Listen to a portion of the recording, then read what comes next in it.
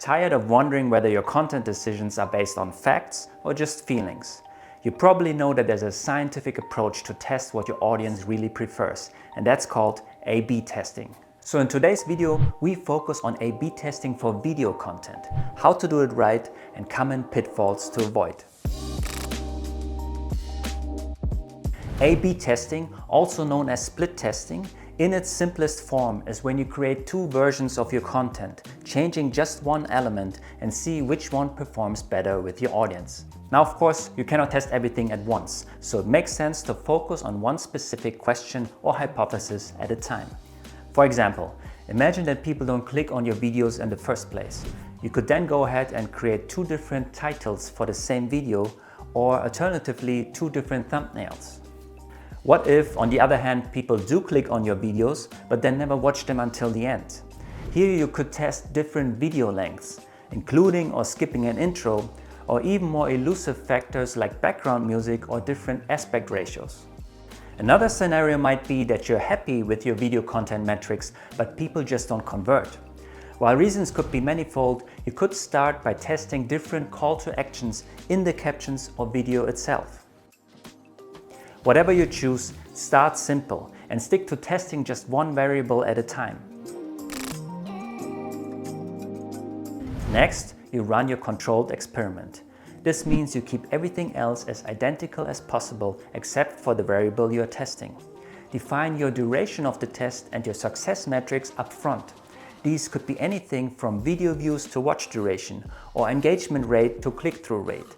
The metrics you choose should be based on your hypothesis from the previous step and ultimately on what's important to you.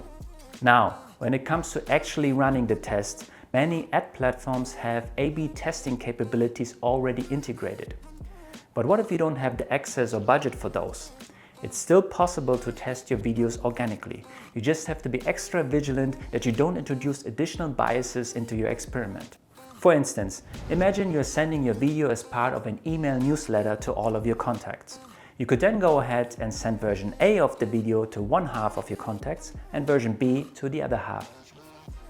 Here it would be crucial that the two audiences are randomized and comparable.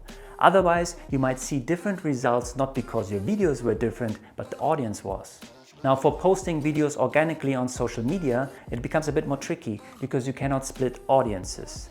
But one approach you could do here is post version A of the video first, and then after a certain interval, post version B, and then compare your metrics.